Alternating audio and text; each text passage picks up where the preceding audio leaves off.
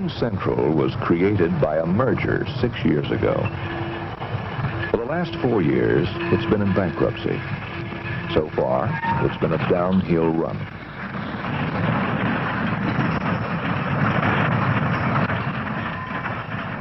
During a single recent month, Penn Central suffered 649 derailments, ranging from a single car or locomotive to pileups of 10, 15, or more. They damaged 252 locomotives and 1,637 freight cars. They caused cargo damage of more than $400,000. No railroad, let alone Penn Central, can afford such losses. Each derailment is symptomatic of the deterioration of our plant and equipment, which has been going on for years and is now rapidly getting worse.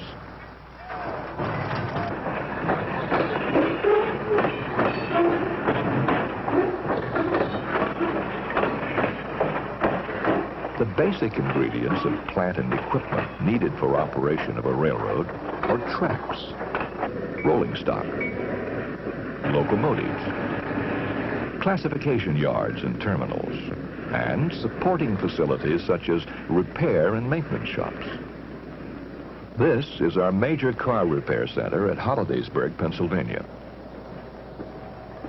The bankruptcy trustees have done their best to give good railroad service, but Penn Central has not been able to generate revenues sufficient to prevent continuing deterioration of its track and equipment, including its freight car fleet. Penn Central has about 150,000 freight cars. Nearly 13% of them are out of service. The cars that you see are those that are waiting to be repaired. There's about 5,000 cars in this yard. On the whole system, there's approximately, including what we have here, there's approximately 19,000 cars waiting to be repaired.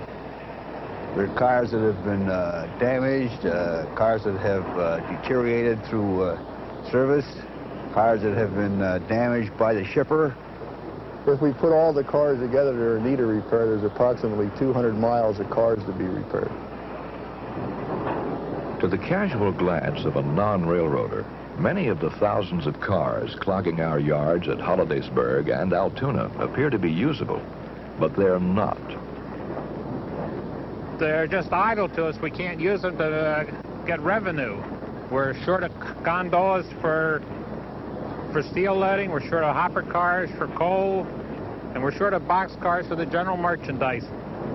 Because it cannot supply enough cars to meet the demands of shippers, Penn Central is losing more than $150,000 in freight revenue each day. That's nearly $70 million a year of lost revenue. The shortage of cars worsens continually because new cars are not being acquired to replace the many which are too old for repair. Penn Central's freight car fleet has decreased 20,000 cars since merger.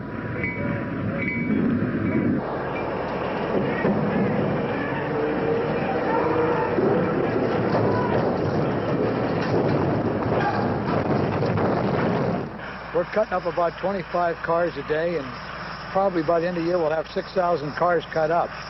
They're over 40 years old, most of them, and we bring them here and then we salvage all the material we can to reuse on any rebuilding program or repair program. The wheels are one of the most hard products that come by. We have all our wheels, axles, which we reuse, our truck frames, our couplers, our yokes, every piece of material in the car we're reusing. This is our supply. We live off of it.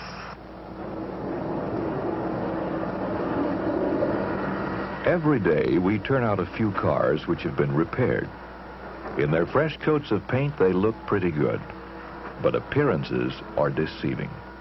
We have to get cars going, so we're taking off the parts that are absolutely shot and trying to substitute patches and so on. We are doing a patchwork job to get about 3 or 4 years out of the cars we have in service.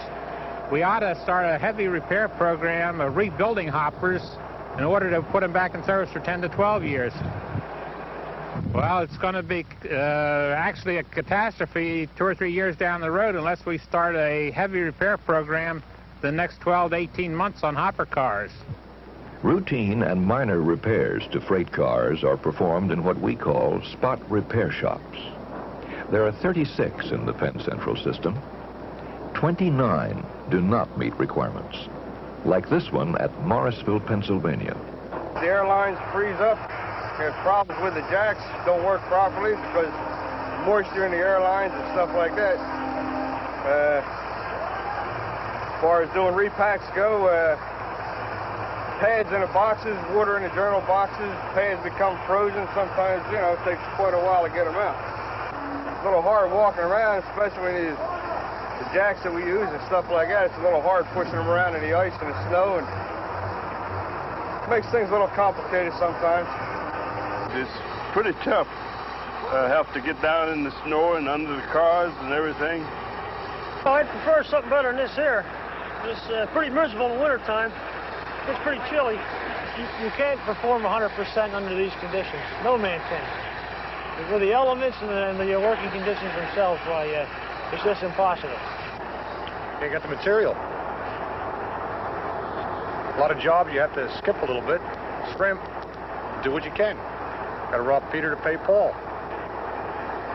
So you're doing double work. I believe there's room for improvement somewhere. There's got to be. There is indeed room for improvement. And among our 36 spot repair shops are a handful we did improve before we ran out of money. This one is at Columbus, Ohio. This is the second shop on the Penn Central that was built with a roof overhead and doors on the end of the building where you can shut out the weather. This is the type of operation where the material is on hand at the work location, and the cars are advanced to the men rather than the men walking to the cars as is done in the older type of operation. Now, this type of facility will produce average 50 cars a day, some days 60 cars.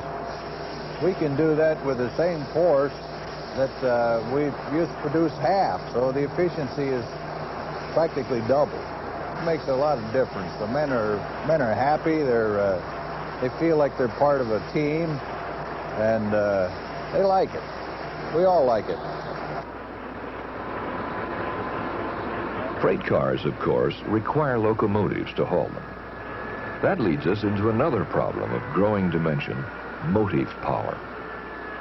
While Penn Central acquired some new engines in the first years of bankruptcy, we now need to replace others that are growing old, but funds are not available.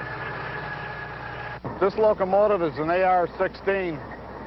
It's a 1,600 horsepower unit, and it's over 20 years old. And the problem with this type of locomotive, because of pollution